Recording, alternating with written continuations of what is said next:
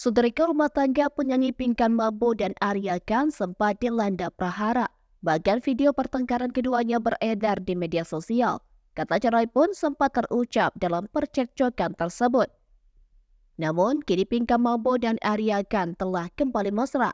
Ya, rumah tangga Pinkan Mambo dan Arya Khan sempat mengalami keretakan padahal baru berjalan 1 bulan.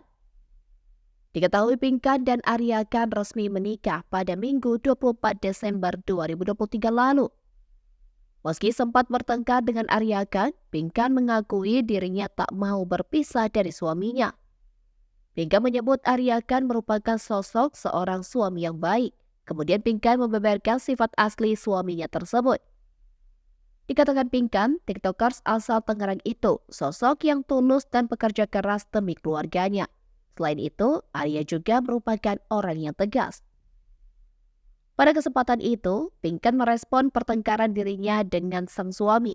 Pinkan menyebut bahwa hal tersebut sudah wajar terjadi di dalam rumah tangga.